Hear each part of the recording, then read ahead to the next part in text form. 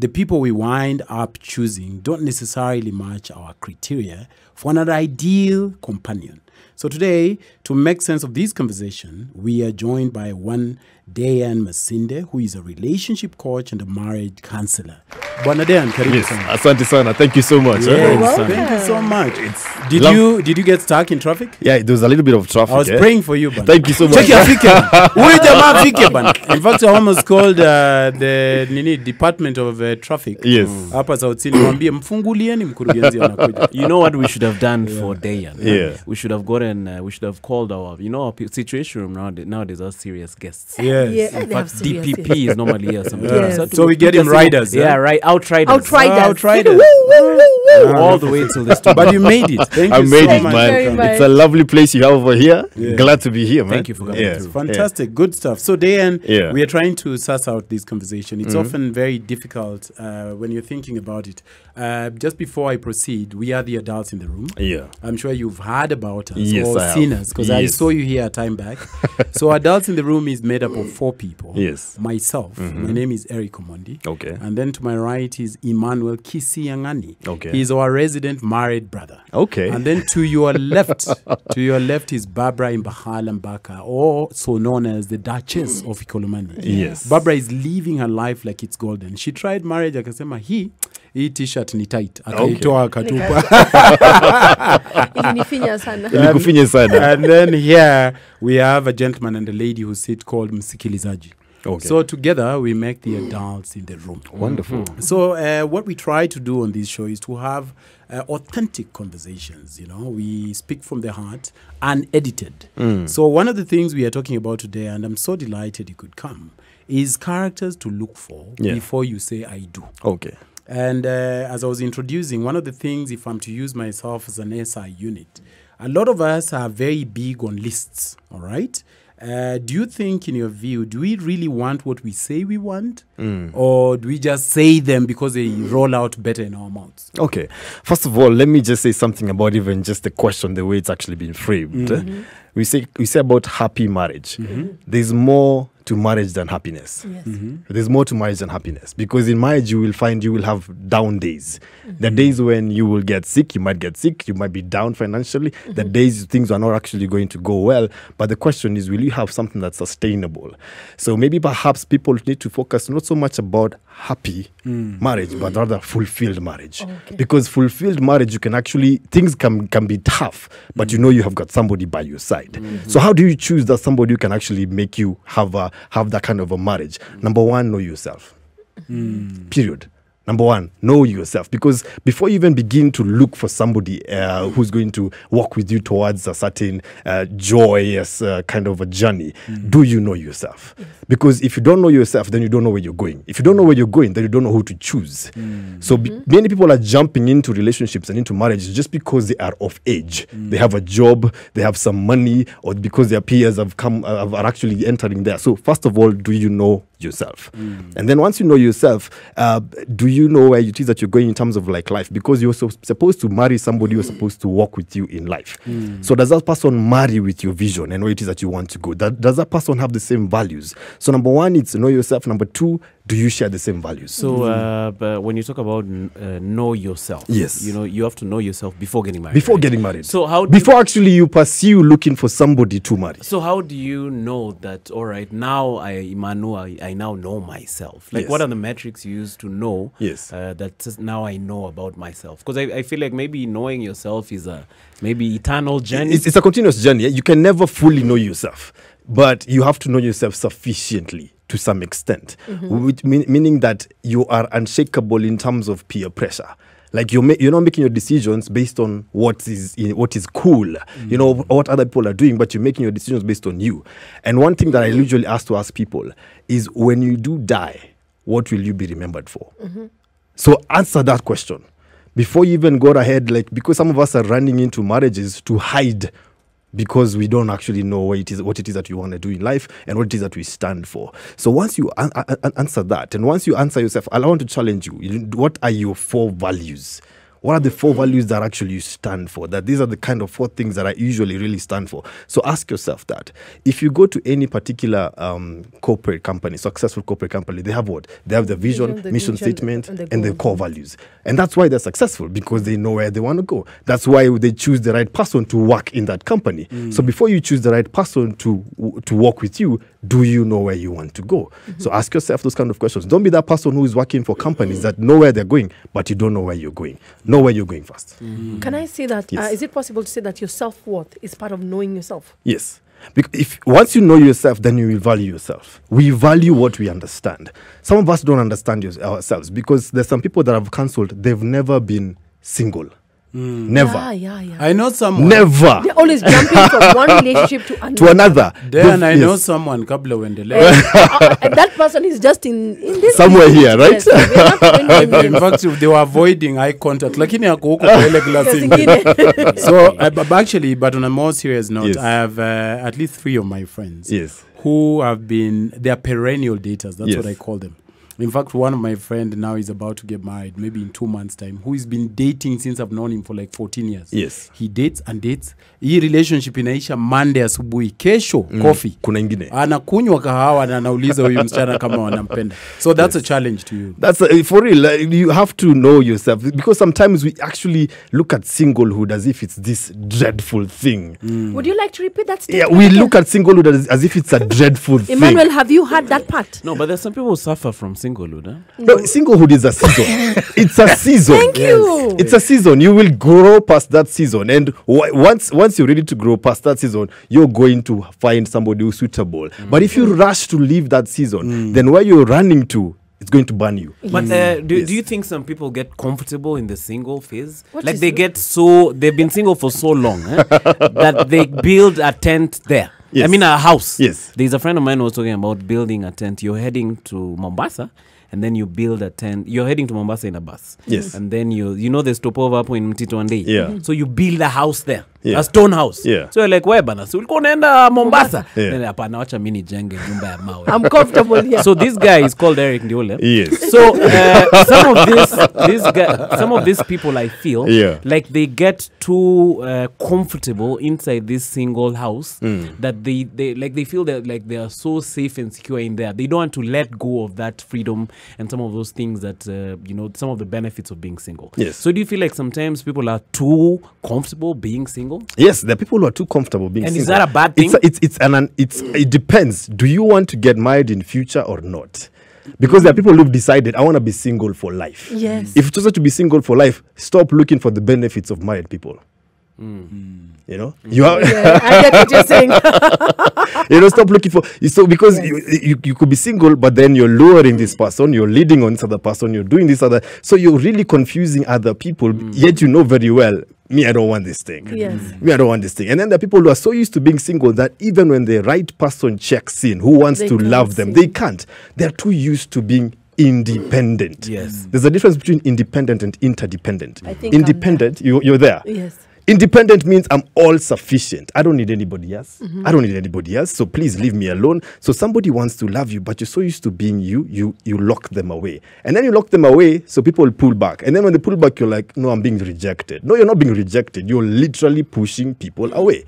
So if you want to hopefully get married in future, and you're in the season of a singlehood, maximize that season by interacting with people well. Learn to be a friend. Learn to relate well with people of the opposite gender. Learn to relate with people also of your gender. Learn to actually be like, oh, okay. So this is how people think. Learn, be out there, be a blessing to people. Don't just be isolated. And sometimes we hide also behind our cash. Just because you have money, you're like, you know what do I need? If I need some sex, I've got a sex buddy. Hey, what you doing? Ukohud, come home. You know, those kind of stuff. And if you need cash, you do that. If you need to get away, you find the one who has the best car. With the 4x4 to just cruise. Find out. If you're going to be single for life, then be single for life. But if you're going to desire one day to get married, then start to prepare for it. Because some of these things that we're doing in our singlehood burn us up. Mr. Masinde, Yes. you said something quite profound in my view. At the beginning, you said that the framing of this topic is a bit off. Yes. And I've been thinking about how expectations can cause disappointment. Yes.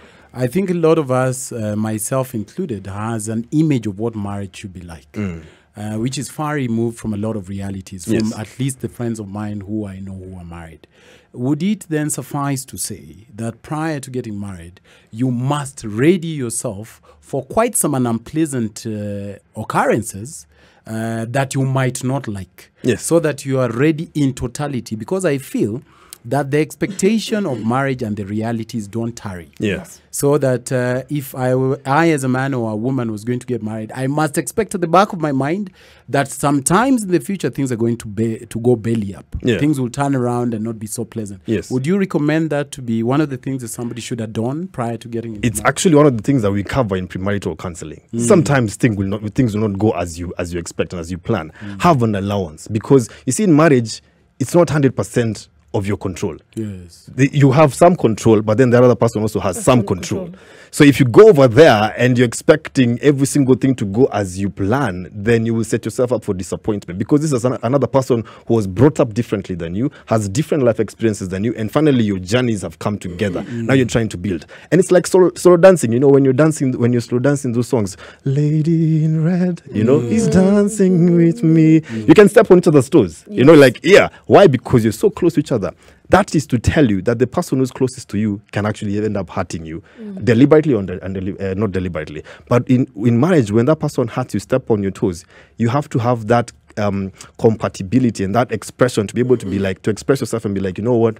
You've hurt me. And that person sensitive enough to hear you out.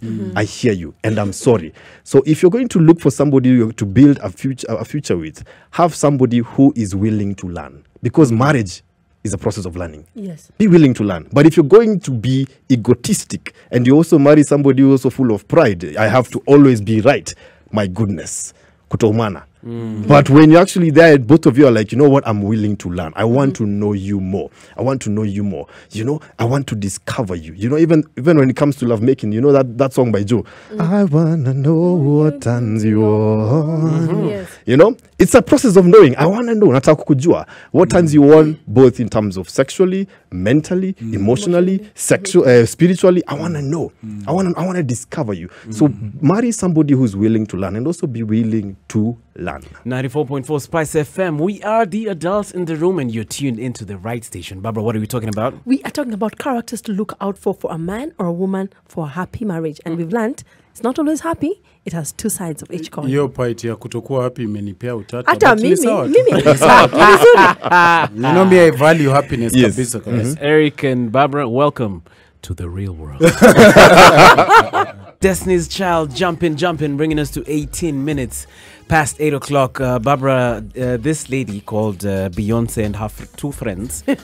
Anasema ladies waache wanaume kwa nyumba. Yes, leave your man at home. Club imeshika sana. Yes, mtatuharibia. Na una dance sana, Of unapenda course. hii maneno. Napenda hii maneno. Simwache. Mnatuspoilia market. Barbara, man, thank God this song ni ya kitambo sana. Watu wangerusha mawe. Yeah. Man, you guys, we should start our own. Check it, boys, leave your girls at home and come and dunda with us hapa. Unaona mnihengi. It's not even going. Tutapiga mashots nini, itatubamba mba ya. Then we finish by Pulo. Yeah. Mic drop. The hashtag is AdultsKE. We're in studio with Eric, Barbara, with myself, Emmanuel, and we have a special guest in the building. We have a guest called Diane Masinde. We are discussing characters to look out for in a man or woman for a happy marriage. Remember, marriage has two sides to this coin.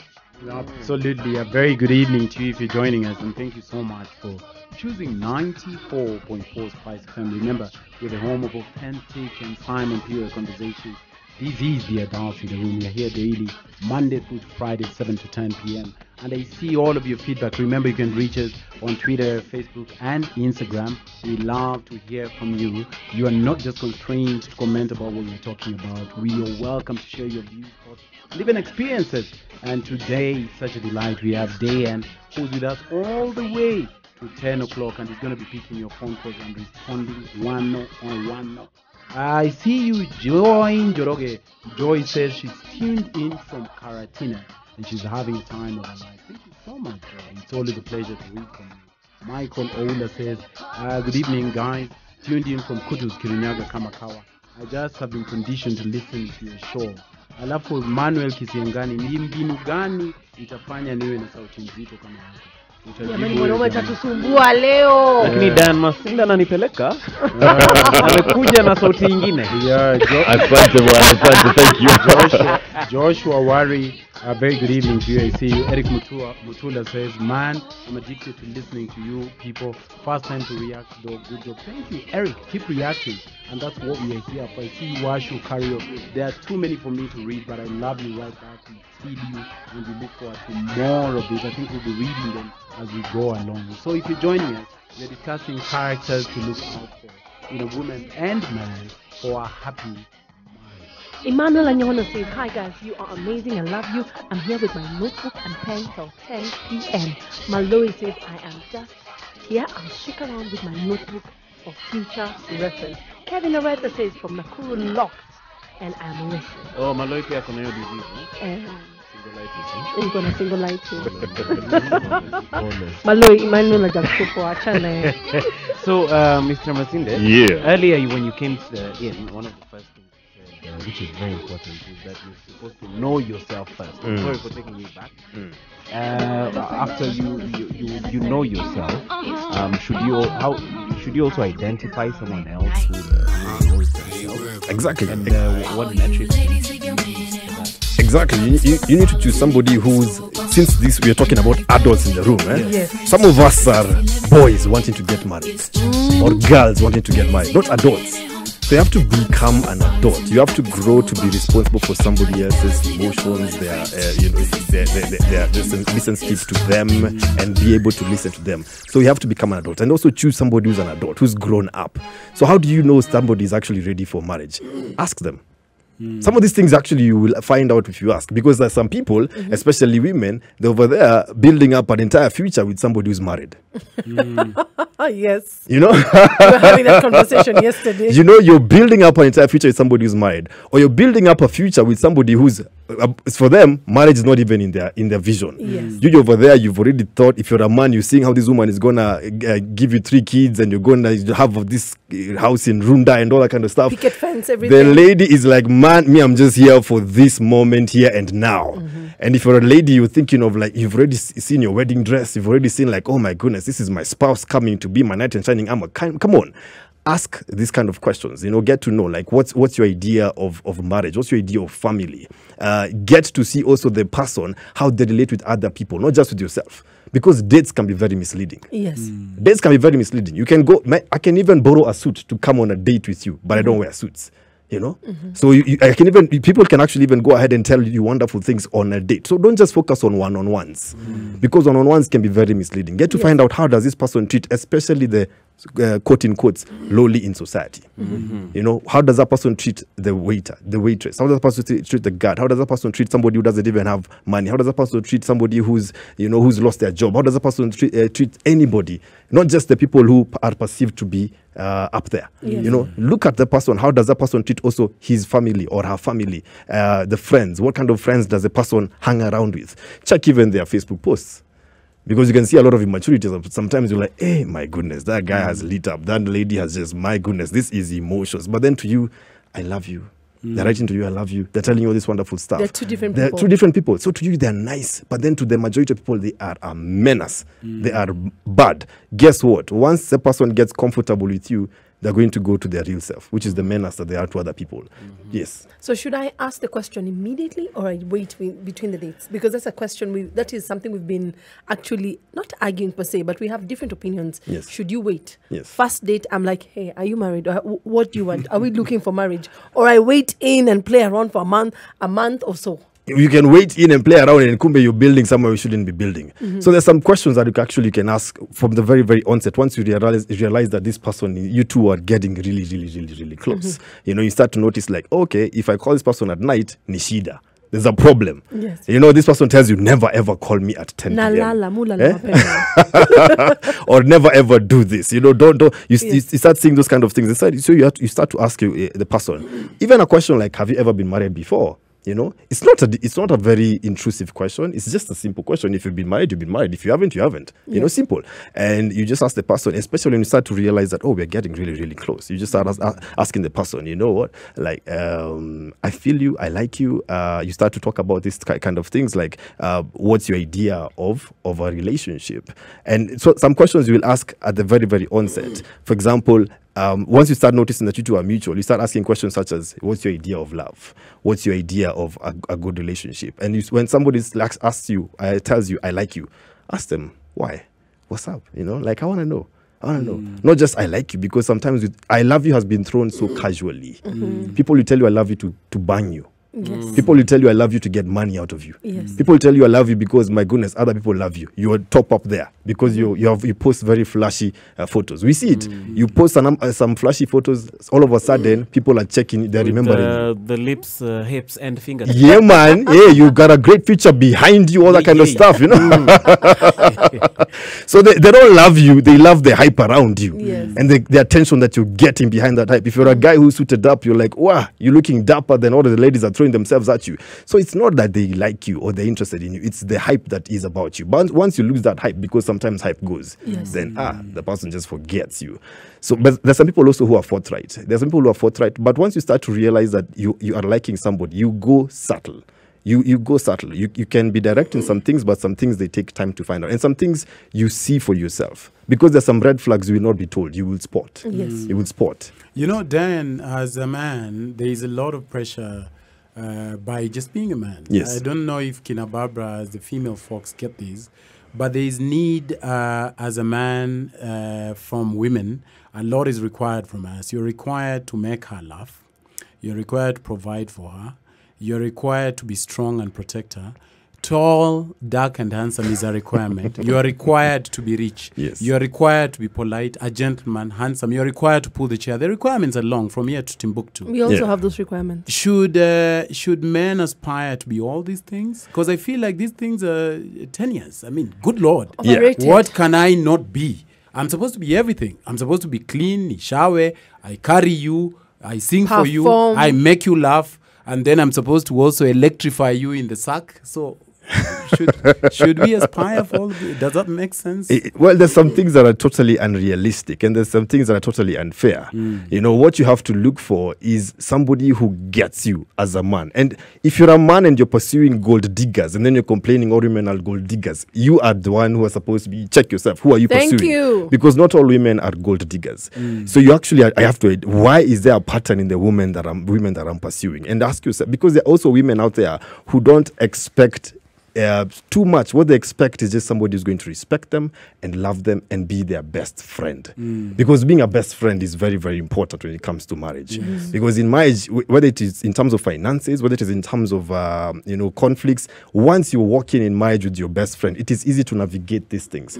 But if you marry because of a title, the role of a husband is provision. Performance, all these kind of things, and then the wife cook like you're the top chef in Nairobi. Support, do all cook. this, raise those kids like nobody's business. So once you Give fail birth. in one of those tasks, you failed as a husband and as a wife. But when you're married to a best friend, if you're a man and then you lose your job, guess what? Your best friend will have your back. Who's your wife? You'll be like, you know what, honey, it's okay. We'll make it through this. Yes. If you're a woman and then you're married to your best friend, you may not cook the best chapatis, but that best friend who's your husband goes like, you know what, honey, we can live and learn I together. got you. I got you. Let's YouTube channel. Let's try and cook together. And why? You married your best friend, not a title.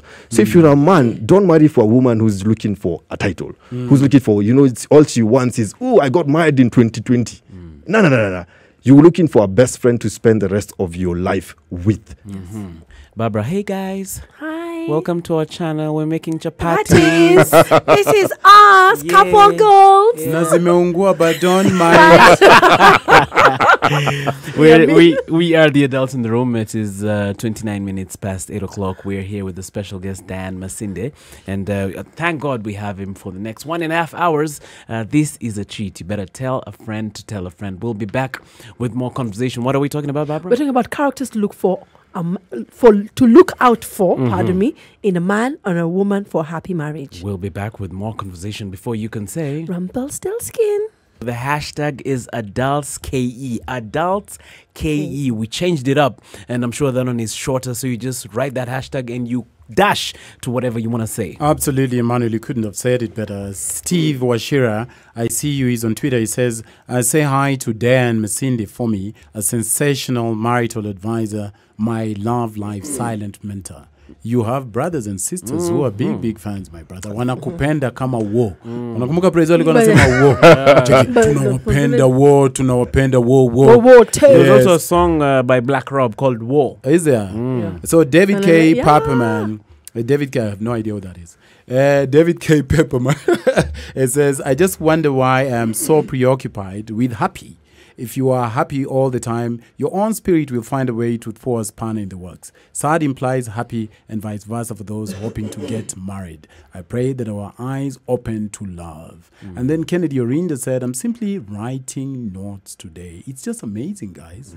Governor Oyo says, indeed, this is the most powerful conversation. I'm tuned in. Mark Molobi, in a woman, I am looking for a thinking capacity, beauty, and respect she has in general. That is what he's looking for. And Kevin Ayeka says, tuned in from Nakuru. According to me, it's all about Tabia Njema. That's all. And the Tabia Njema is in caps. So, Brother Diane. Yeah. When you came through, I remember the things you said when you came through really have stuck in my mind. Yeah. You talked about how he's ambassador for people getting married. Yes, I'm the marriage ambassador guy here. For real? Yeah, but I'm trying to cure these guys.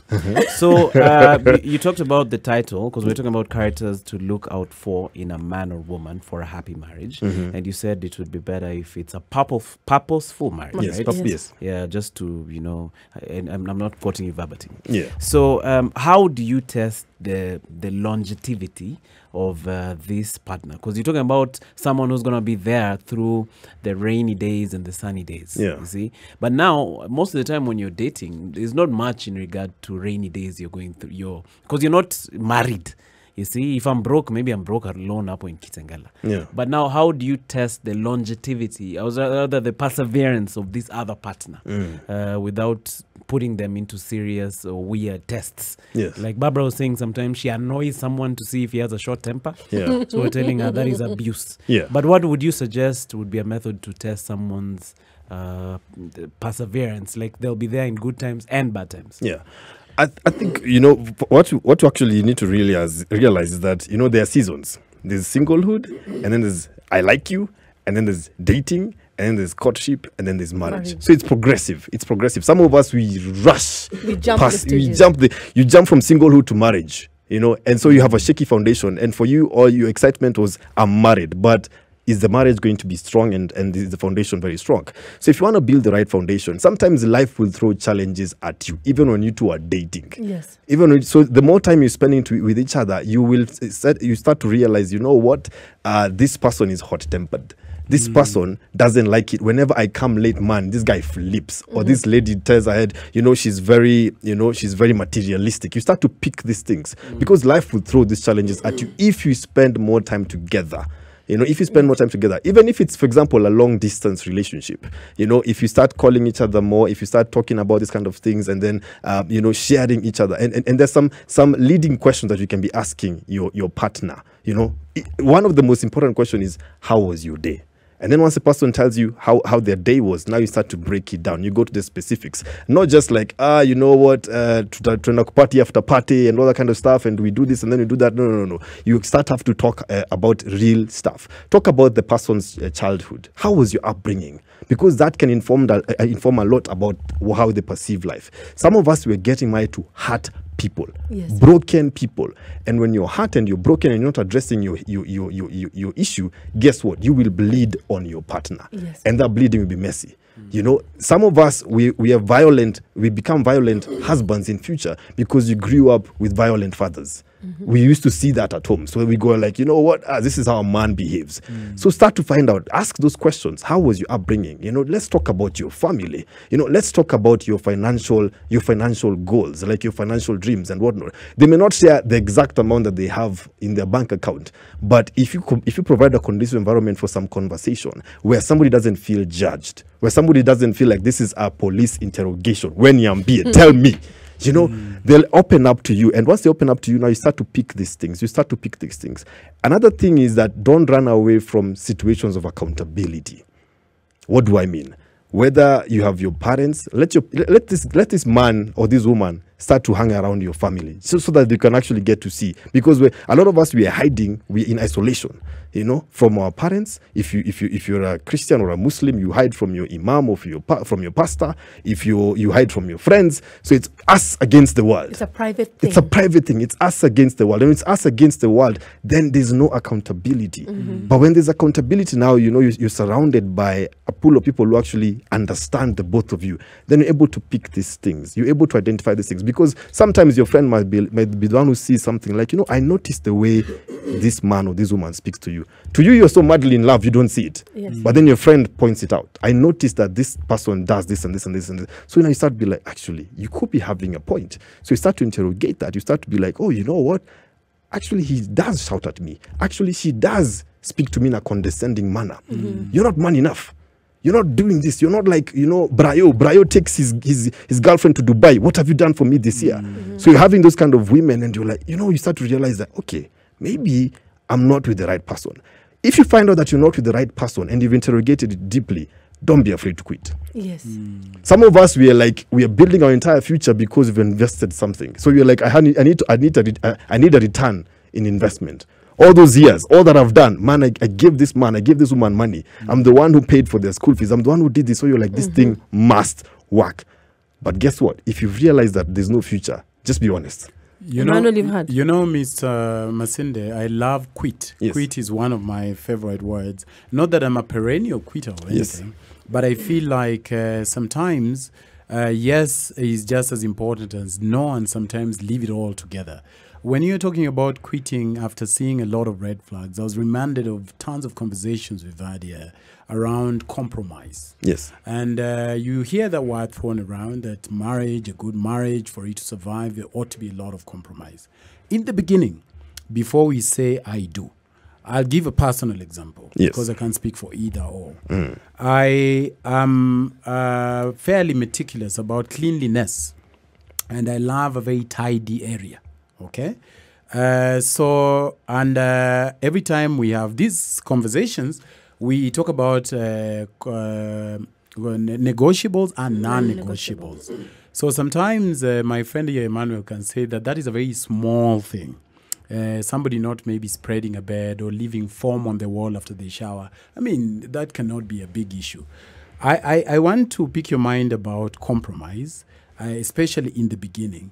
If you see good and early that somebody is displaying some characteristics in their either lack of being tidy or in how they, you know, carry their hygiene, and it doesn't quite augur well with what you'd want for yourself, shouldn't that cause your eyebrows to go up because of the obvious reason that you can't stomach it for too long? Because I'm thinking forever is a long time. Yes. I'm going to marry you until death do me part. And I can't compromise. So now, because you are super, because you're super untidy and I don't want to die before my time, and clearly it's a non-negotiable for me, and you're set in your ways. You say, me, I was brought up this way. Sisi, tukishaoga tunachaga povu kwa ukuta.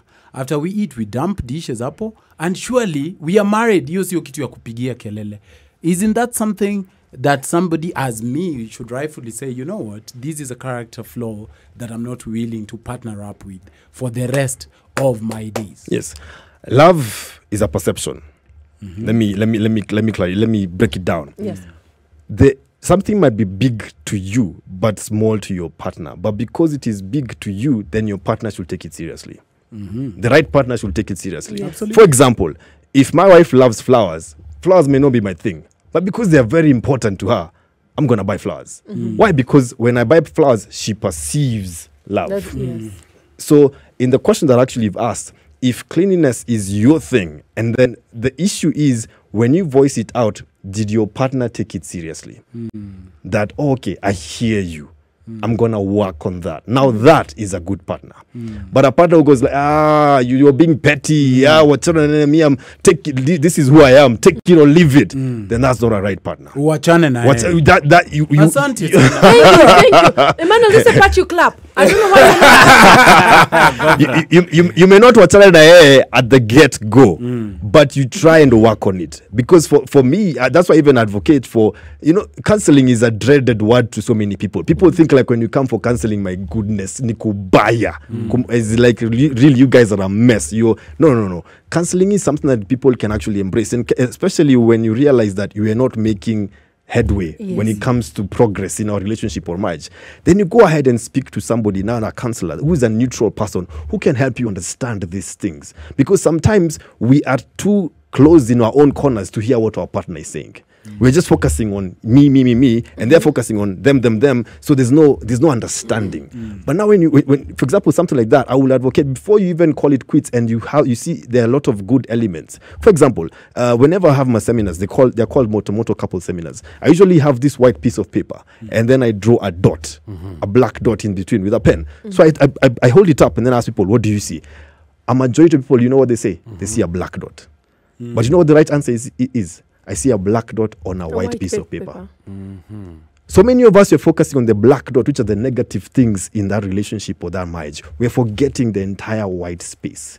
The white space now symbolizes the good things that led you to commit to each other and has allowed you to grow together. So if you focus on the white space and then you address the dot without dropping the white space, then you're going to have a fruitful relationship or marriage. But that can only happen if you're with someone who's willing to also walk with you. Because if you're with somebody who's self-centered, who take it or leave it, ulinipata hivi, I will remain like this. Then, wako wengi. So wako Eric, wengi, So Eric, would you don't mind if someone is willing to change? No, totally. The conversation we keep having, and Yes. where my point of departure always is, Barbara, that look, I am happy to conform and become better. Because the elements about me that might not sit well with Barbara. Exactly. Barbara might say, I don't like the way your tonal variation. I don't like the way you raise your voice. Yeah. And sometimes when you're unhappy, I don't like the way you shout. I can accept and say, you know what, I'm so sorry. And look to sort it out. Or I can look at her and say, mi umenipata hivyo. Deal So with it. somebody who says umenipata hivyo is the There's a person I have a problem. problem. Yes. So you're willing to ignore the form on the wall if they're willing No, to maybe no. once No, in a that one while? is not. No, You no, know I he will can't not. ignore- I will not. No, I'm You know he saying can't ignore form. if you tell them, hey, listen, I don't like the form on the wall. Today they forget, tomorrow they remember. They keep forgetting. Are you willing to work on it? Like I if the am person willing is- that they work on it. Si yeye ndiye ameacha povu. They should work on it. So when I call out and say, hey, umeacha povu. So how many akuje times- na ndoo atoe hiyo. Sasa utamwambia mara ngapi? Kama kabla uchoke ajue kabisa? achwe. Nikimwambia mara tuseme I could Seven. try I could try 2 months because you see one of the things I also want to So say, you just leave the Masende, whole white space you of see the goodness? white space, if this black thing unajua venye wanasemaga kichwa ya It samaki grows, it inaanza grows. kuoza kwa Ama making samaki a inaanza mountain of a kuoga molehill? no the way they say samaki inaanza kuoga Kuoza kwa kwa kichwa kichwa. Yes. It Sa- affects hii the whole harufu fish. mbaya it affects samaki yote. Yote. Let me say something about how to inspire your partner to be a better person. I want you to say that very slowly so that we just digest it properly. We're hanging out with Diane Masinde right here in the studio. We are the adults in the room. We're together all the way till 10 o'clock. Remember, the hashtag is AdultsKE from today going forward. We have some Janae coming up right now, and then we'll be back with what Masinde was going to tell us. I'm enjoying the conversation. I hope you are too. Don't touch that dial. And you know what? We have more soul music coming up at around 9:15. We have some more soul music. We have some Tony. Mwenye aliandika hizo wimbo. Sijui kama ni Mumbi Dorokara playlist 3. Very nice You know song. this song, I was Tony. once beaten by my mother because of this song.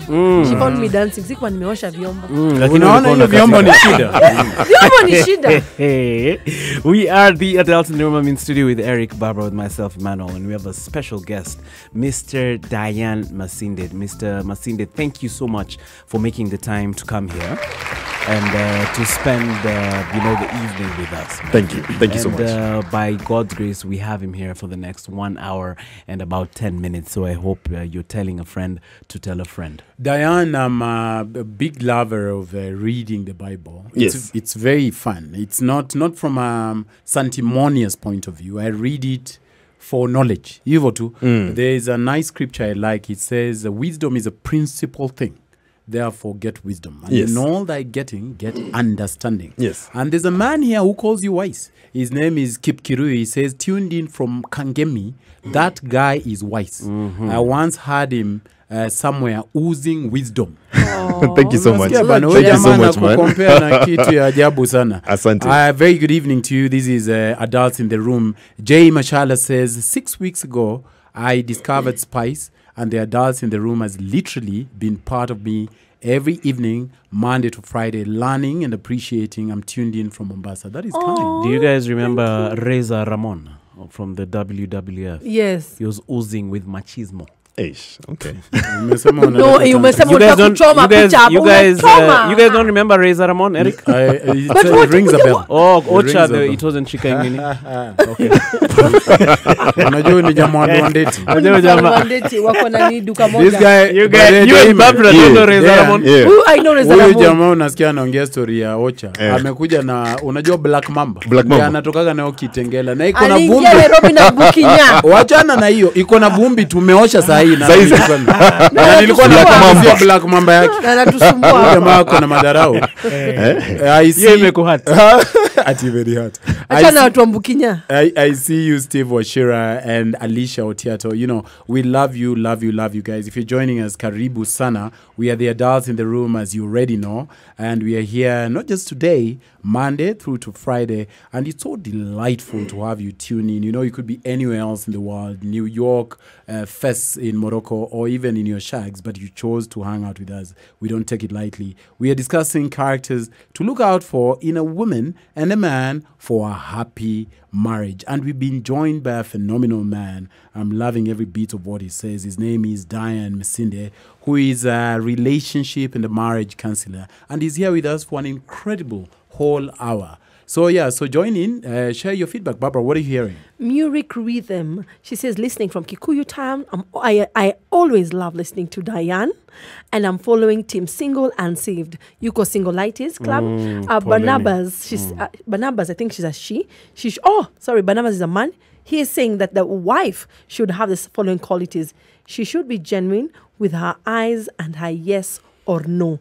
And she should be able to explain why or yes, he's from LD. Hey, uko na masharti kakangu. Mr. Masinde, thank you so much for making time. Characters to look out for in a man or woman for a happy marriage. And Mr. Masinde said it would be even better if you want a fulfilled, purposeful marriage. And one of the things you talked about earlier, Eric brought up something which you connected with your analogy of a paper and a dot in the middle. Exactly. And you said sometimes people focus on the dot. No, you said sometimes people forget all this white space. Yes. And they focus on the dot. You could end up focusing on that dot. Yes. And I was telling you about my friend called Eric. So this guy, I feel like sometimes he focuses so much on a simple dot, e.g. pofu kwa ukuta.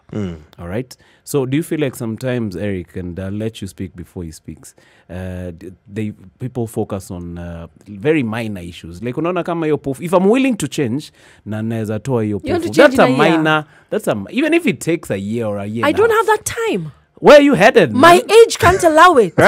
I'll cut you off. So I feel like there are some dots which are negotiable. No, Diane, and I'm glad Emmanuel has brought that up. In fact, we had a heated conversation during the break. Your analogy is poignant. Yes. Very, very powerful analogy. In fact, my friend Professor Oreru from Chiromo campus has just texted me and said that analogy is very, very powerful. And I agree. However, my challenge with these analogies is this. I was even saying during the break that we can put 15 billboards together. Yes. And then the entire billboard is white, but this dot is black. Yeah. if this dot is my non-negotiables, there's a fantastic lady friend of mine who was looking to get married, and we're having a conversation about the things we cannot condone in a partner.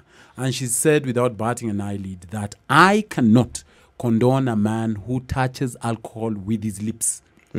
That was her biggest non-negotiable, and she had many reasons for it. She said alcohol ruined her family. She saw her father do heinous things to the mother because of alcohol. So her, watch out ati naonjaga social drinker. No, even a sip of wine, she will not take you. She will not think about it. She's not going to take it. So my comeback to you is this.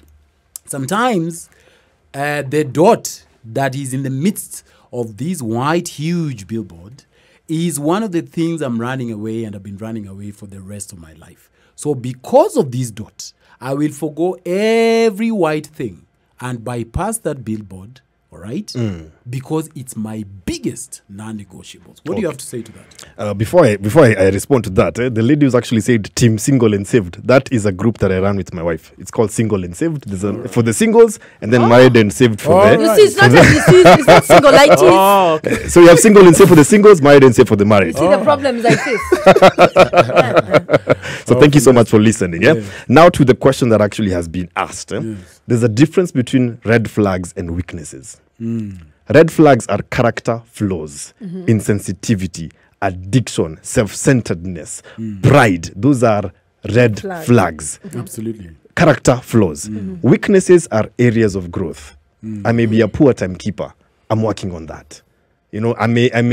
Eric will leave you, by the way. Yes, Let me just put it out there. Yes. I'm working on that. But remember what it is that you said, weaknesses are areas of growth. So when it's an area of growth, is the person has to be willing to grow. Like, I want to be better. I want to be better. There has to be that willingness. I like what it is that you said, Eric, that also for you, there are some areas where you might be falling short, which are areas to grow. They may not be character flaws, but the areas where you desire to grow.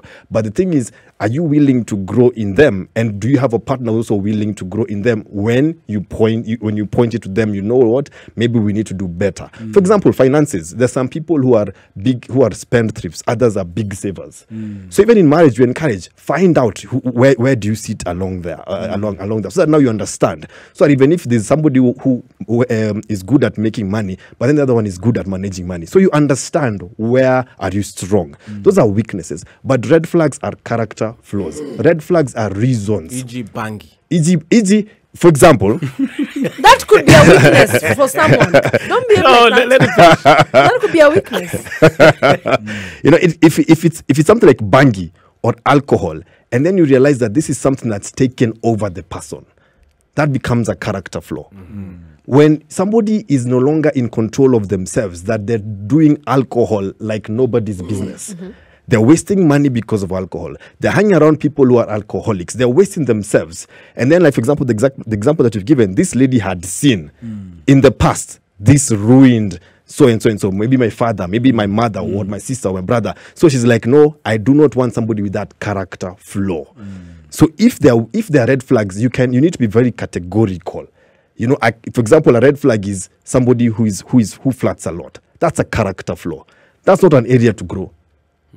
I have a question. Yes. For example, if your weakness Yes. is continuous and is not something that is willing to change, like let's give an example Yes. of the issue of povu. We're just saying povu, but it also means that there's a level of untidiness with Yes. this person. Yes. And maybe this particular, let me give Eric, allow me to use as an example. Yes. Eric is a clean freak. Not even maybe a clean freak, but Eric likes order, likes to have a clean house. So even if it's a weakness that Agnes has for doing this thing, if you actually just put it on the side, isn't that a danger in the future? Because I feel majority of us compromise on so many things when we are dating. And when we get into marriage, they become the center of our fighting, the center of our problems. Well, you had the chance to run away. You decided, okay, I'm sorry, I'm also team run away, Yes. where I've reached in my life. Yes. The things I'm not going to take. So when you see a weakness, yes, I agree, a weakness can be, I'm not going to say Maybe nurture. slightly You lower can- than yes, a red flag. Yes, Yeah. it's slightly lower than a red flag, and someone can change or improve on that behavior. But if they are not doing that, and yes, it is a weak thing, but isn't that going to grow into a problem? It can. For example, there's a couple that I worked with. We have like frequent sessions. So for him, he was just like, as you said, it has to be. I want the house to be like this. And then so we had a conversation, and then so they ended up deciding, whether it is employing somebody to take care of the neatness at home, things like that. With workable solutions. Mr. Masinde, Yes. please hold that thought. We're going to come back just from right there where you left it. We are the adults in the room. Sorry about that. We are Spice FM 94.4. We're together all the way till 10 o'clock. And right now it is exactly 9 o'clock. You can use that hashtag, to just reach us. Eric is all over Twitter, just checking out your tweets, and Barbara is all over Facebook. Remember, this conversation will soon and very soon be on YouTube, man. Our YouTube page, Spice FM KE on YouTube. You can recap on, this conversation and many, many other conversations that we've had in the past. Actually, you can actually have a very nice time and binge watch and just listen to what we've been discussing all through the since the time that we started this show, man. 0719012600. That is the number. We're gonna start receiving your phone calls from now. But meanwhile, Mr. Masinde, you were talking about something. Barbara, I want you to recap your question, and then he'll answer it, just for someone who's just joined us. Yes, in brief, in fact, if you're joining us, we're talking about characters to look out for in a man or woman for a happy marriage.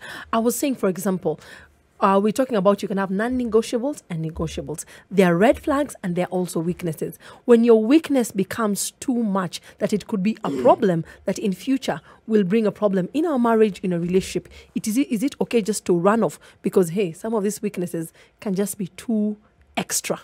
And someone doesn't want to change. Yes. I was giving an example of this couple that I'm working with. So for them, they realize because the husband just is very is a neat freak. Yes. When I put something here, it has to be here.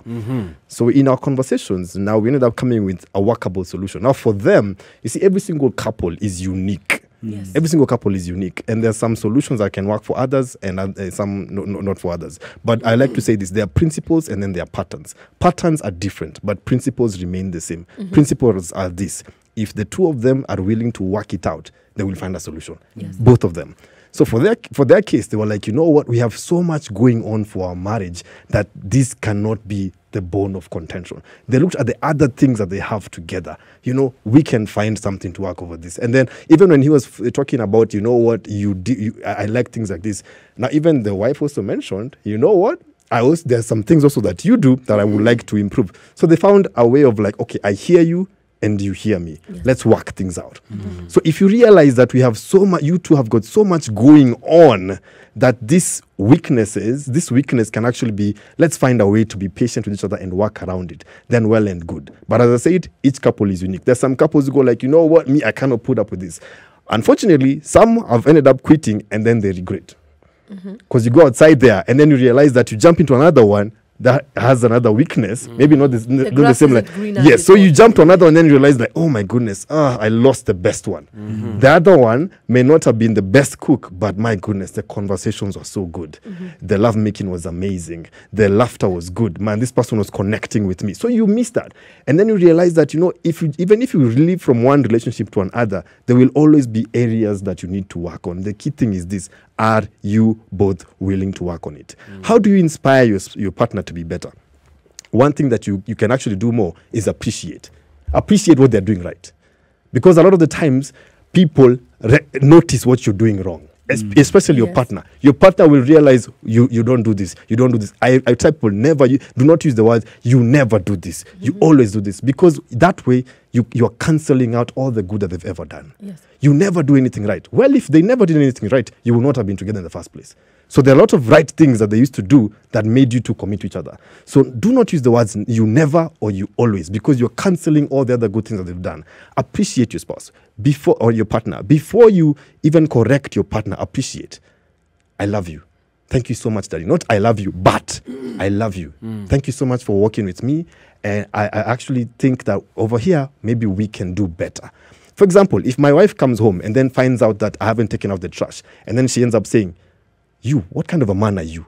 Yani, how busy have you been that you didn't even have time to take out the trash? Or she comes home and says, hey, honey, how was your day? It seems like you're so busy that you forgot to take away the trash. Don't worry, I'll sort it out. Which one will I respond to best? The second one. Yes. And the second one, I won't even wait for her to finish that statement. I will wake up, kiss her on the cheek, take that garbage bag, and go ahead and throw it. Why? Because she spoke to me with a tone of love, and she appreciated me. I did not feel attacked. I felt like it was somebody who's willing to understand. So once you appreciate, for example, wives sometimes say, I want my husband to help me out in the kitchen. But when that husband helps you out in the kitchen, what do the wife? Chase him away. Or you say, where we are to washer? What have you washed? Like, look, these things are still dirty. You know? Yes. And then you take the dishes again and then you rewash. Guess what? That husband will never help you in the But kitchen. they are dirty. Yeah, no. But you see, if you appreciate, thank you so much. What you're looking for is how can I inspire him to do more with me, or how can I inspire her to do more with me. Once any single one of us, we love to be appreciated, and once you're appreciated for what it is that you do, guess what? You're going to do more of it. And for men, I like to say this: men, we have something that I call Superman syndrome. Superman syndrome. You want to be the one who saves the day. Once you make your man feel like he saved the day, like, thank you so much. I feel valued that you actually spent time with me. That 30 minutes, guess what? Tomorrow is going to spend an hour with you. Why? Because he feels you've made him feel like, yeah, you know what? You're the man. You've come ahead and saved the day. And for women, they also want to feel needed. Some of us men, we don't make our women feel needed. I have had women who come and say, my husband, my guy doesn't open up to me. I don't know what he's going through. Chaleme kangumu. Like manaume ni kunyamaza. So the lady is wondering what is going on.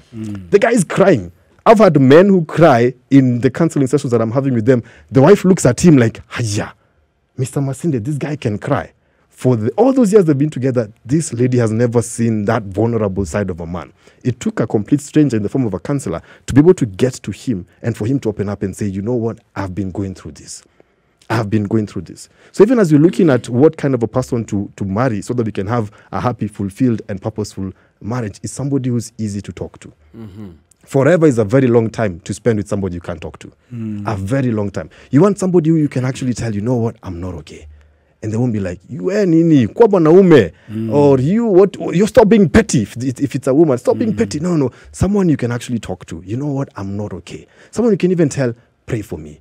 Or even before you tell them, they actually choose to pray for you. Somebody you can actually be like, you know what, I am still hurting from what happened to me in the past. Some people went through abuse, sexual, emotional, verbal abuse when they were kids. To date, they're still hurting. We have too many hurting adults in marriages. Yes.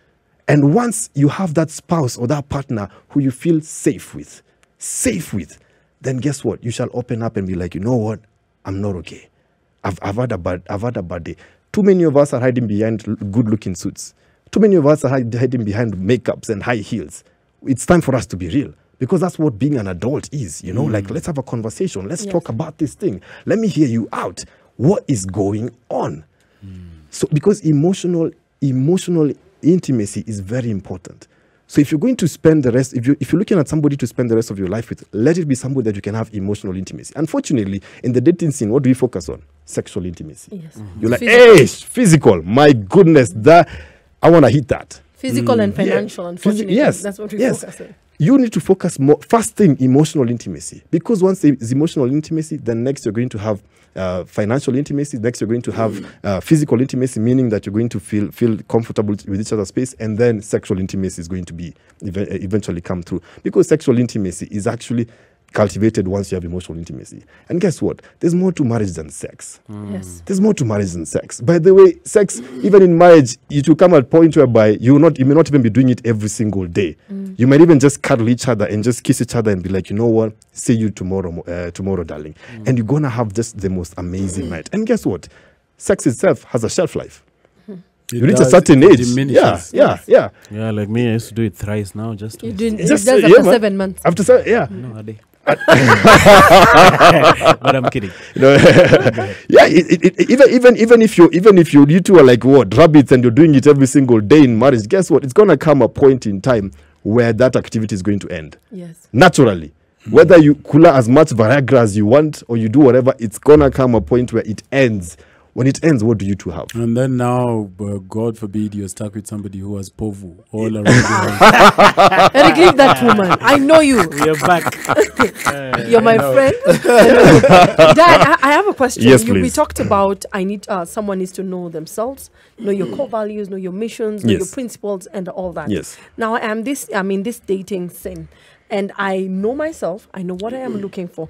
Is it wrong within that dating scene? I know we talk about, and someone needs to compromise, and I need to know about the weakness and the red flags. Yes. Is it because the dating scene, there's the liking, you said there's liking, then of course there's us getting to know each other, the chemistry, then the courtship before we get to the marriage. Yes. In between the courtship, and I realize that some of these things are not being met. Is it wrong to give up and just say, you know what, I'm cutting ties? It's wrong to give up without going through a process to see whether Do I this need to thing- finish that whole process before courtship? That's what I'm asking. Because I know I am guilty of running away when I see certain things. I'm like, I've seen, here we live it. No. Or I have seen that particular behavior. And you're right to say that majority of us carry things from our past, especially women. Our insecurities that were in the past, really, you're like, he might be that, like Mr. X. So we bring it to the picture. So do I need to finish the whole process of that singlehood before marriage to know this person, or I can bolt out? Yes. If you do first of all, just to answer about the whole thing about some people blaming their future Yes. for To their because of the yes. crimes of their ex. Yes. There's some people, especially ladies, are falsely accusing men. Yes. You're being accused of being a cheat. You're being accused of being miserable, a dog. All this. You've never done anything equivalent to that, but because you are the same gender as the ex, you were. So you start wondering. Nimeona hiyo tabia. Yeah, Eric umeona alikuwa nayo. yes, yes. So even you as a guy, you start wondering, like, really, I am not your ex. I'm not your ex. And unfortunately, for some, when they're accused falsely, they're like, oh, you're accusing me. Ngoja sana nitaitenda. That is immature. That is not an adult thing to do. Yes. An adult, you need to be like, you know what? If you're accusing me of something that I haven't done, you know what? That's on you. I'm going to choose to remain the man that I am or the woman that I am. But this thing of like, hey, you're accusing me of that, ngoja utaona. Now I'm going to do it. That is immaturity. Please. That's why we said know yourself. When you know yourself, even if your partner is accusing you of something, you're like, you know what? You're on the wrong. And it's unfortunate that you think about that. But, you know, that's not me. If you call me a dog, I don't become a dog. So now to the other question I've actually asked, you know, if you realize that there's something wrong in the relationship and you're like, do you quit? Do not be quick to jump the gun. Before marriage. Do not be quick to jump the gun. If you're gonna jump the gun, you have to be like, you know what? Let's work. Let's talk things out. Learn the art of talking things out. If you want sustained relationships, and when I say relationships, could be romantic, could be between you and your parent, could be between you and your siblings, you and your friend. Learn the art of having conversations. I did not like this. Some of us, we are silent. We're giving our partner silent treatment. They've got no idea what wrong they've done.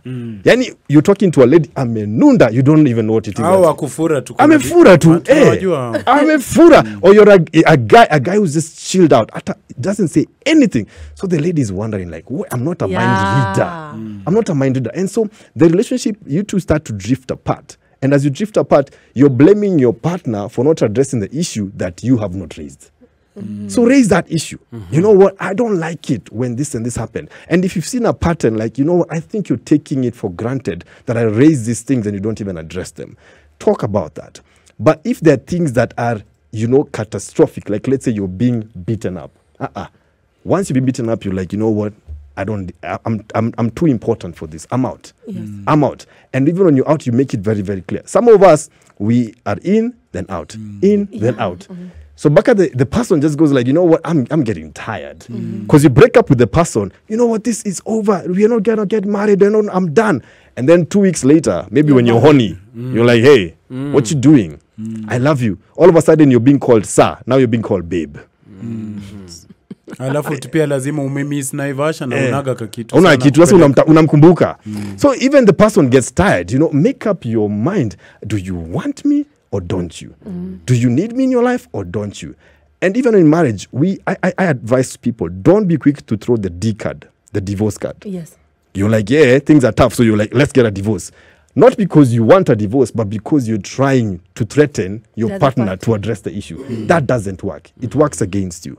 So don't be quick to use the quit card. If you're going to use the quit card, make sure that you've thought about it and indeed you're like, you know what, I can't deal with this. This is Spice FM. We are the adults in the room. I'm in studio with Eric, Barbara, and myself, Manuel, and we have a special guest, Mr. Diane Masinde, who is with us all the way till 10 o'clock. When we come back, I'm going to start picking up your phone calls back to back so you can call in if you have a comment or a question, all right? What are we talking about, Barbara? We're talking about characteristics or qualities for a man and a woman to achieve a happy marriage. Meanwhile, some Tony Tony coming up right now.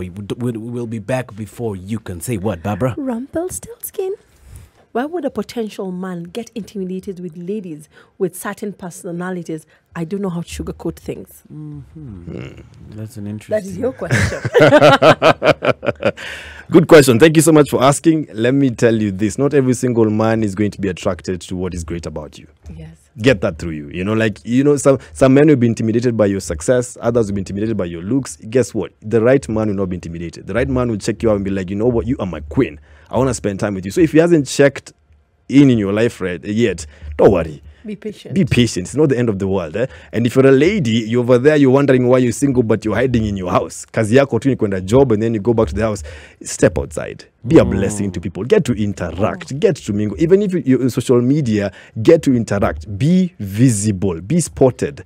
And don't do this because you're looking for a spouse. Do this because your life has more meaning than marriage. Yes. If you just chill over there, you're like, no, oh, poor me, 2019 came and I didn't get married. Because even in the group that we have, Single and Saved, one of the posts that do the most well, the best in the group is when people are saying, you're getting married in 2020. Say amen. Amen. And ladies like proclaiming such words and they're seated in their house. Exactly. Step outside. Don't wait till a man shows up for you to start living life. Guess what? Life does not start when you get married. Life starts when you find out who you are and you decide to bring it in your life. So step outside and be a blessing. There's a lady who stepped outside today at the gym and again bought me a banana.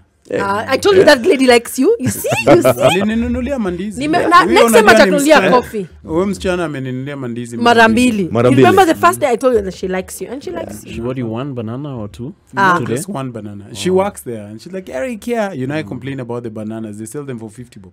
So like, hizo ndizi zenu za 1,000. So she says, So she just just tries to pacify. Expensive. 50 bob banana moja. Anyway, I don't eat bananas. inflation. But to attract Emmanuel, unajua lazima uuze njugu. Ndio atakuja. So let's pick up a phone call. Then I have a question for Diane. Spice FM, hello. So let's pick up a phone call. John. Hey, John, nimeshika simu alafu sasa. We are picking calls, but please remember to reduce the volume of your radio or your gadget, opine on the topic or ask the questions and be louder. Yes. Please remember to reduce the volume of your radio or your gadget. The number to call is 0719-012-600. All right, let's talk to Ken and then I'll ask my question. Hello, Ken. How are you? I'm good, sir. Habari ya Kisii? Salama sana. All right, talk to us, brother. Okay. Evening guest. Good evening. Yeah. So my question is on the today about characters. When a man is needed to perform his duties, sana akitakikana kuwa mwanaume. Na maybe kuna burning issue maybe anahitaji ku address maybe to a woman. A man, it looks like a complaint when a man maybe anataka kusaidika. You getting me? Yes. Yeah. So when this guy needs to get help, maybe a particular character from the wife, when this guy raises this question, the wife complains that this guy is becoming too much petty, or maybe complaining too much. How can I go about that issue? Thank you so much for asking. Thank you so much for asking. Yeah. Just to respond to you, as I said earlier, one of the best things you can actually get to do first is to appreciate her. Don't just wait until she does something wrong and you're like, you know what, unafanyanga hivi. Because now what she's going to read is that all you're doing is fault finding. But once you appreciate her more than you bring in a confrontation about what she's doing wrong, then she will be more receptive to it. That's number one. Number two, also listen to her. Welcome her into your space to be able to tell you what you're also doing wrong. So now it can be reciprocal. It's not one way. It's reciprocal. So you teach her to accept your correction by you accepting correction from her. So that now you understand, oh, this is the rhythm that we are on. So appreciate and also reciprocate. If you do those things, then over time, you two are going to learn the rhythm of like, oh, okay, I can vent out my issue and like it can be heard. But there are more good things in our relationship than the issue. Confront the issue, not your partner. Remember your partner you're keeping, but the issue is what needs to be dealt with. But you appreciate your partner, you celebrate your partner, and then you confront the issue, not your partner. My question was, rather is, how big is tribe in regard to when you're looking out for someone, for a good marriage? Yes. Because some tribes are associated with certain characters, unfortunately so. So to you, and especially in your counseling sessions, how big is tribe when it comes to marriage as a factor? Yeah, I'm giving a TED talk in a few weeks' time, and one of the theme I'm talking about is the dangerous African stereotypes. And tribe are part of the stereotypes that we actually have to deal with in our African culture. Because you look like, you hear Merus are like this, Kikuyus are like that, Kambas are like this. All these tend to be stereotypes, and they are for lazy people. Stereotypes are for lazy people. You have to sit down and get to know the person as an individual. Because if you're going to say that all people in this tribe act like this, I can show you so many people in that particular tribe who don't act like that. So stop walking in stereotypes and start to look at the person as an individual. Don't look at the person as a tribe. And I'm liking the fact that, in our generation, we are moving past that. You find that it's usually the parents who have an issue with the tribe. Yes. You bring a man or a woman to your parents, and then the parents go like, what? No, we don't approve. We don't approve. I'm a talker happy. But if you have chosen that person for yourself, remember what it is that you're talking about is know yourself, and you'll not be able to fall to peer pressure. Sometimes peer pressure is also family pressure. Once you know yourself, I chose this person for me. I can go around the world. There are billions of women in the world, but no one is going to love me like her. There are billions of men in the world, but no one is going to love me like him. Once you made that decision on your own, then it doesn't matter whether there's family pressure or peer pressure. It's your decision. And you've chosen not because of a tribe, but because of the person that they are. Remember, you don't choose the tribe that you're born in. And sometimes it's unfortunate that the world is making so much progress when it comes to dealing with racism, but as a country, we're still dealing with tribalism. Inside our own race, now we're still, that's a lower bar we're giving to ourselves. Yes. That's unfortunate. But imagine if you start to look at a person as an individual. You do not choose to be born like that. Personally, you see, myself, I'm Masinde Wambua. That means I'm Kamba Luya. But you cannot tell me that I have Kamba attributes or Luya attributes. I have my attributes, my vision, my goals, my values that are not even related to my tribe or my tribes, because I come from two. So that's pretty much. And then my wife, Akelo Liech, Tanzania, Chaga, So that's a continent in your house. East Africa. It's Africa. So, but you see, you don't look at the person as a tribe. You look at the person as an individual, because you also, once you give birth to children, you don't want to give birth to tribes. You want to give birth to whole adults, whole individuals. So we need to grow past that. But if you have a preference, because see, who you choose is also a preference. If your preference is tall, dark, and handsome, I've had people who had the preference of tall, dark, and handsome, but the person they get married to is chubby, light-skinned, and all that kind of stuff. And they're happy. Rather, they're even fulfilled. They have got so much joy in their marriage. Why? Because they realize, I had my preference, but when I got to know this person better, I found out what they have inside is more valuable than my physical preference. Yes. And even fashion can change. You can change a fashion in a day, somebody's fashion in a day, but you cannot change somebody's character. You see, you might meet somebody today and then they just don't look the part, man. My goodness, you and you're in a bow, that suit, another suit, ni kama zile 3/4. You're like, my goodness, this guy is letting me down. But guess what? That person's fashion can change in a day. How about the positive tribal stereotypes that someone can desire? Yes. Like, I've heard stories of, say, a Kikuyu woman saying she wants to marry a low man because atani chunga. You've heard such, sayings. Kukuchunga aje, as in sijui, lakini kuna saying kama hiyo. So it's more of like, can that be like a positive thing? Like, say, I want this particular tribe because hawa wanakuanga hivi. It would be good if it's positive. No, even if you say that, there are people also in that tribe who don't chunga. So it's you're literally using generalization to choose somebody. And you will find that you'll find Kikuyus, Embus, Somalis, whatnot, who can also chunga. you know, their partner. But you will miss out on them because you're locked into a stereotype, you know, which is unfortunate. So don't go out there looking for a tribe. Go out there looking for the right person. And Mr. or Miss Right is not the person, it simply means the person who gives you the right environment for you to thrive to be the best version of you. Yes. The person who, yes. You know, Diane and Emmanuel, that's a very important question in my view. Yeah. Because a lot of people, you know, conversations we've had bend towards the tribalism a lot. And as a country, you know, it's a big, big phenomenon. Yeah. I have three, I won't call them issues, but three challenges to what you've said. Yes. I appreciate that you're an enlightened individual. Yes. Who's risen above what society would describe as customs or norms we need to ascribe to. The first issue I have, or challenge, is we don't belong to ourselves.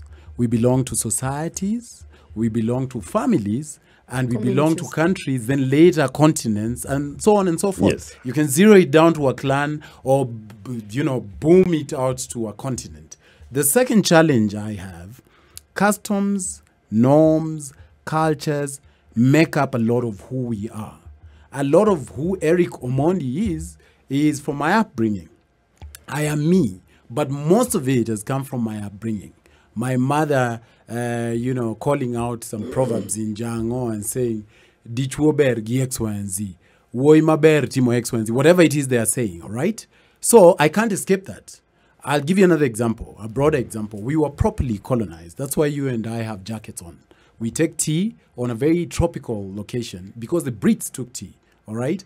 South Africans are not so big with tea, but Kenyans were properly colonized. We speak English and we try to speak the Queen's English because of our colony. And to take it further, we drive on the left side of the road. Because of the Brits, they colonized us properly, all right? So that has affected who we are because of our colony. The third challenge I have, we marry into a family.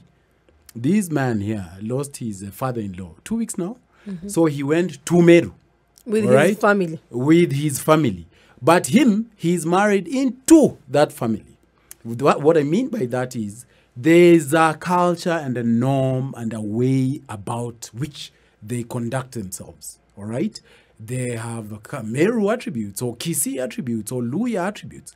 So while what you've said sounds very nice, we cannot completely ignore that we do not belong to ourselves.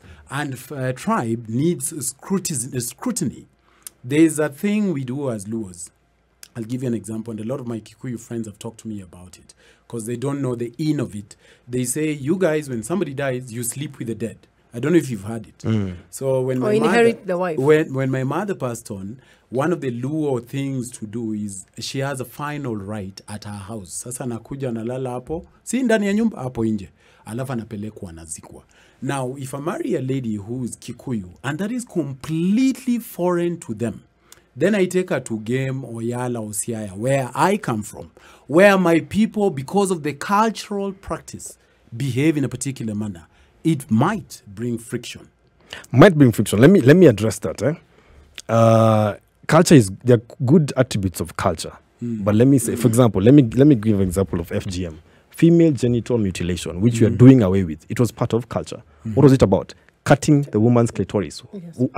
Largely because the woman was not meant to enjoy sexual pleasure. If she did, she would be promiscuous. Yes. That was very patriarchal. It was a patriarchal culture. Have we done away with it? We're in the process of doing away with it. And Still being practiced in some places. But overwhelmingly, we are all saying that needs to end. Because why? We've realized it is retrogressive. What am I trying to say? Culture is man-made. It's made by human beings. For example, right now we're using phones. Phones have become part of our culture. Why? Because this is human-made.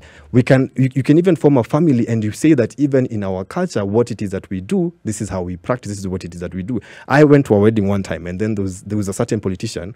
Let me just be very specific. You know, he was Meru, and then he was like, you know what?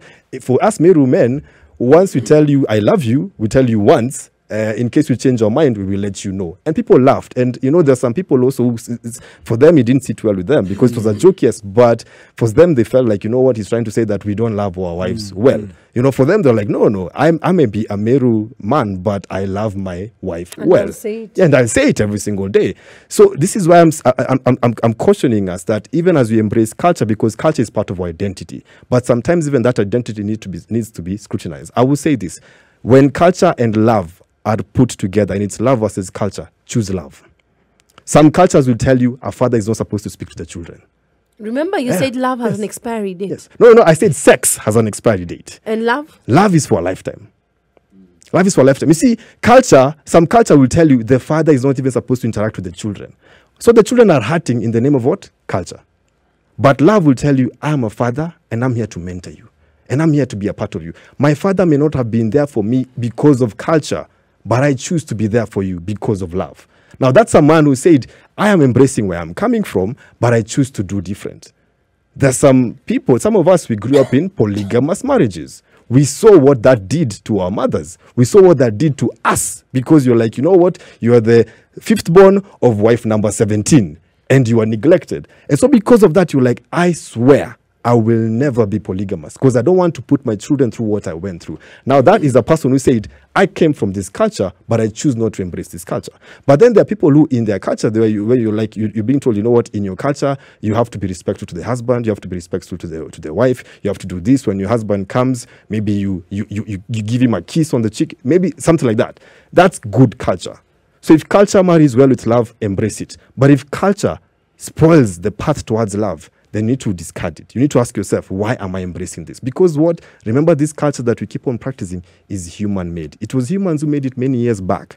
And some of these things, they were made by people who are not as exposed and as advanced intellectually than us. For example, FGM. You know? Well, I hear you, Yes. and I respect what you're saying about vices, especially passing as cultures. Yes. But I'm also thinking about the Italian culture and the African American culture Yes. of music, arts, and Yes. rapping and Yes. whatnot. I was reading last night, Emmanuel, about the rap culture in New York and how it began. And I agree that culture is man-made. However, I'd be cautious not to completely abandon the realities of who people are and where they decide to be each and every day, because some of these things have been seated. Emmanuel and I and Barbara keep talking about burial rights from different tribes' standpoints, and we keep saying things like, it doesn't make sense umegongwa na basi Homa Bay to be flown all the way to Leaf Funeral Home so that you go back. Barbara, you need some water? Yes. You Excuse should me step for out that. and get forward. So we can say things like, you know what, it doesn't make sense. It really doesn't make sense. It's economically and not quite viable. So we need to abandon that. But in regards to expectations about simple things as who women are in a culture and who men are in a culture. I know a Meru lady who told me that her father, for the longest time, 38 years of marrying the mom, would leave 3,000 shillings on the table. That's their family culture. And that's good culture. And Yes, she yes. decided, you know what? I have to marry a man who leaves money every morning like my dad. And I was like, bless your heart, I hope you find somebody you can do with this economy. Every morning, 1,000 anawacha hapo. So if it's a positive attribute and you don't mind it, bless your heart, pick it up. However, dig deeper to see the things that they practice. Yes, I which think is the not best- sitting well with you, but it's sitting well with them. I Which think that's a good conversation to have, even when you're getting to know the person. In fact, even in premarital counseling, that's one of the things that we talk about: culture. How well do you know the culture of the person that you're marrying into, and how much do they embrace it? There's some people who embrace it to a T. Even if it is harmful, you know, there's some people who embrace it to a T, and there's some who are like, you know what, I'll take the good and discard the bad. And so you have to have that conversation so that you don't end up inside there, and then you build. For example, like some husbands, I cannot work hard for my money, and then I die, and then the inheritance goes towards not my family. So some of them make it legal. So that even culture will not affect that. Like, my wife is entitled to this, because they're like, you know what, this culture will not hold on to this culture. So have those kind of conversations. These are the kind of deep talk that people need to have. And even premarital counseling, we talk to people about that. So you're talking about understanding. You have deep understanding before you dive in. Before you dive in, yes. Alrighty, we're picking up your phone call 0719012600. We're here with Diane Masinde, and we're together all the way till 10 o'clock, which is about 20 minutes away. And this is your opportunity to call in and just, if you have a question, if you have a comment, if you have something that you want to tell him, now is the time. Mr. Diane, just as we're waiting for those phone calls, is there somewhere I can reach you? Like, do you have books? Do you have stuff like that you'd like to tell us about?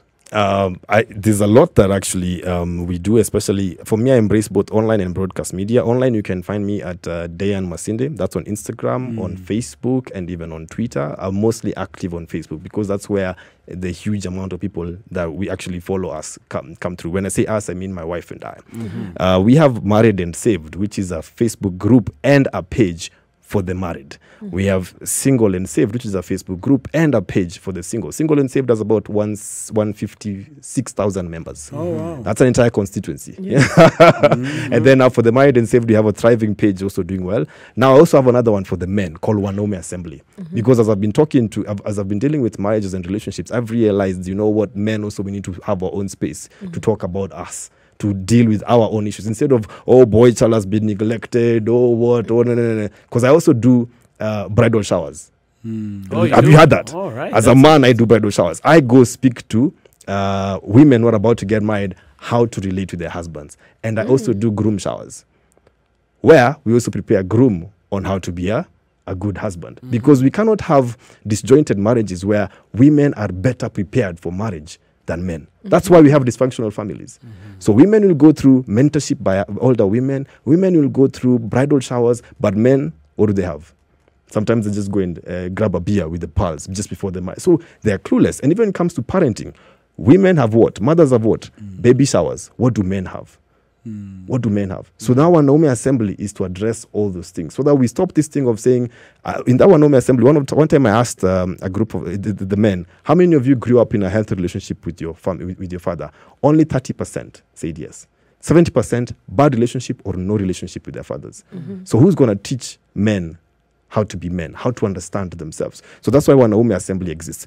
When it comes to books, there's Motomoto Couple, which covers 21 issues that different relationships, every single relationship in marriage goes through. Then we have Manhood series, which addresses matters to deal with men, so that a man can understand himself and a woman can understand the man. Then we have Womanhood series, which is for the woman to understand herself and for the man to understand the woman. And then we have Good Sex, Bad Sex. Now that's a book that talks about what happens when you abuse and misuse sex, and what happens when you use sex, or rather should I say love making, in a good way, because there's a difference between sex and love making. Then we have my prayer strategy, because I've been speaking with different couples. You know, you find a man says I pray, a woman says I pray, but do you pray together? No. So we have a 60-day prayer guide for them to pray. So they're like, this is what it is that you pray. And the good thing about that prayer book is that every single prayer day has a link to a song for your spirit, to bless your spirit. So we have those kind of books. So all those books are available. They're digital books, because for us, we're thinking about the future. It's a digital disruption. So in case you want to get any of those books, and then for me to send you a catalog, you can reach us on 0721 590954. 0721 590954. I also have seminars. Motomoto Couple Seminar is a seminar that I do for the married couples, where we talk about everything: sex, intimacy, communication, in-laws, whatnot, every single thing. Very interactive sessions. These are franchises that actually can be taken by, whether it is a church, whether it is an estate association, a corporate company, if you want us to come ahead and host it. I like the fact that some corporate companies have also embraced that, you know what, we need to also have this kind of things for our colleagues. And then we have the seminars for the singles, so the singles don't feel feel left out, and then seminars for the men, Wanaume Assembly seminars, and then lastly seminars for those about to get married, getting married soon. So we also prepare for you. That's a whole resource, man. Yes. I guess the best thing is just follow him on the online platform, Dan Masinde. Dan Masinde, yes. And yes. I guess you'll be able to, because he said so many things, man. There's so much that he has for you. So if you just follow him, you'll be able to know some of the other things that he's talked about. We are the adults in the room. I'm in studio with Eric, Barbara, with myself, Emmanuel. We have a special guest, Dan Masinde, who's with us till 10. I see you, Zachary. I'm going to pick your call when we come back. Charles, I see you.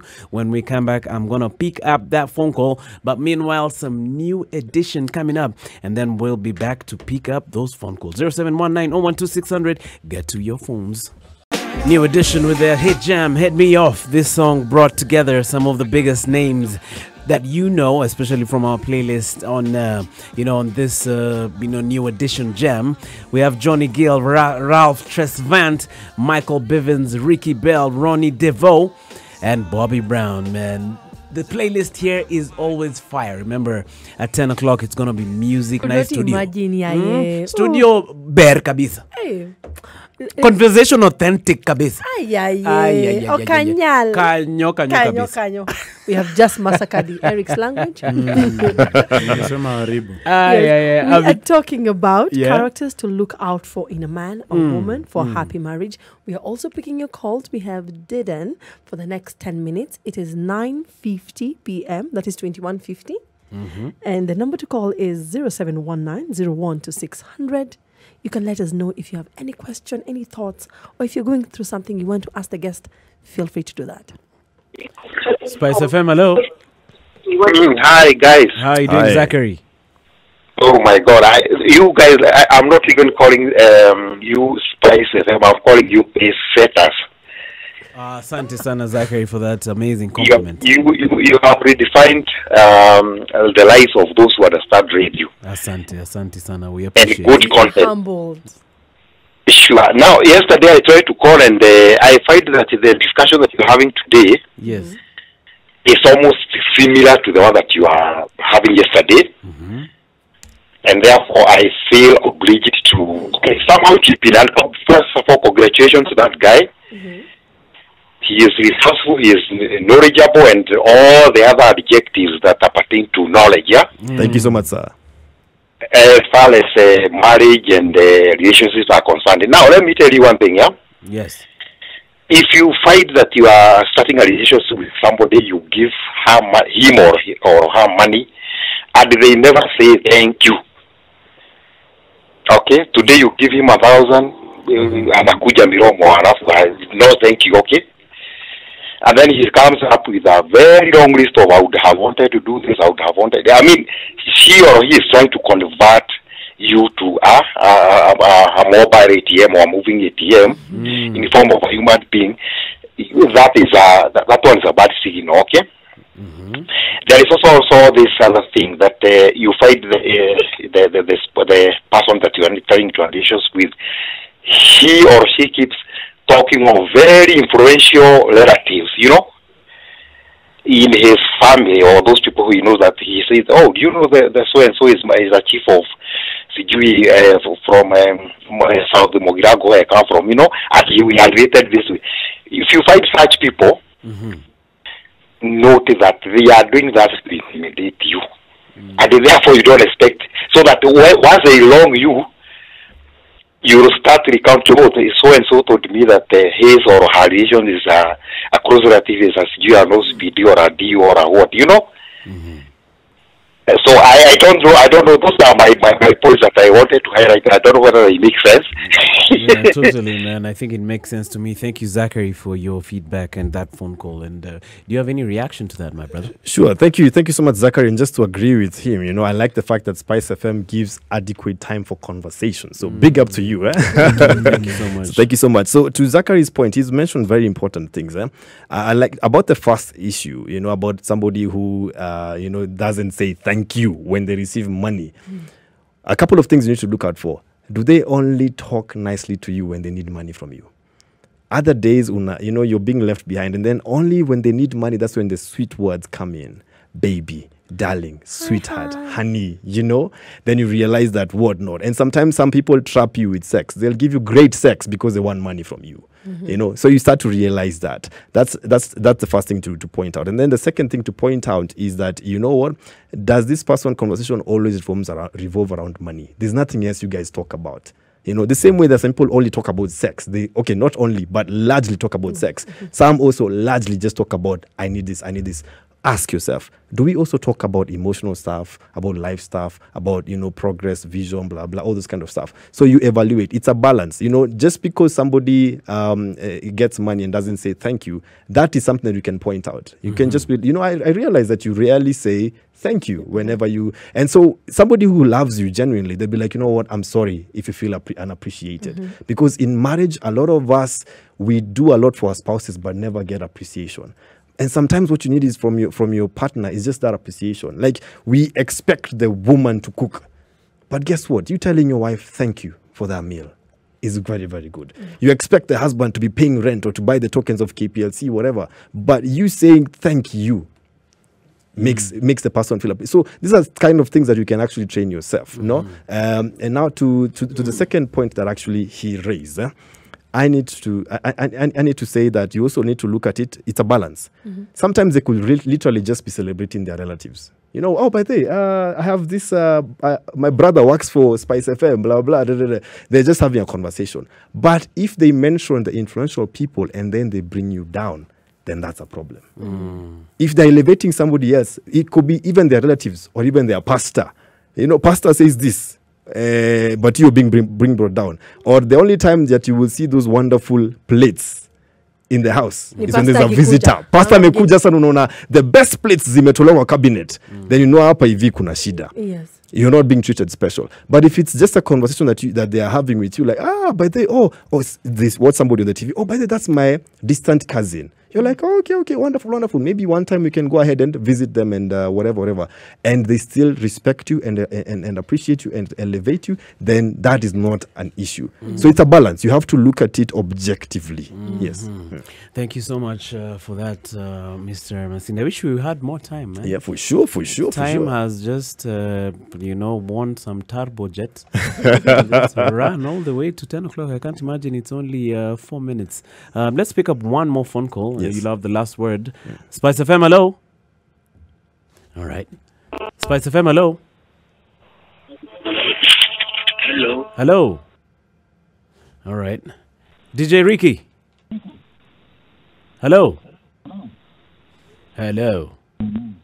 All right. I guess we're going to have the last word. Is there anything that you'd like to say? Unajua hiyo venye wanasimanga kwa interview kwa Kenya. Kitu ya mwisho ambaye unataka kuambia watu ni nini? Yes. First of all, I like the fact that men are calling in. I haven't had any lady. Men calling in, and I'm like, you know what, it's good to see men participating in things like this, and waking up, and it's a wonderful thing. So big up to the men. Let's keep upholding our society, our relationships, our marriages, our families, our even the children that we raise. Big up to you, men. I celebrate you. And also to the women, not that I'm being biased. We also celebrate. We are already woke. We are woke. So if we want you, especially with the grooms, grooms shower, the groom shower, they just hit you up. We shall call you for Eric. Just hit me up 0721590954. Just hit me up. So as a parting shot, marriage is a beautiful, beautiful union. It's a beautiful union, but it's not everything in life. Some of us, we've idolized marriage to the point that we want to commit suicide when marriage is not going right. We want to commit suicide just because we are not yet married. Yes, there's more to life than marriage. There's more to life than having a spouse and even having kids. Come on, chill, relax. Sometimes even if you're having marital problems, the best way to fight for your marriage is actually not even fight for it. We're putting too much pressure. And if you're married, remember, there are single people who want to be where you are. You're taking for granted the union that you're in.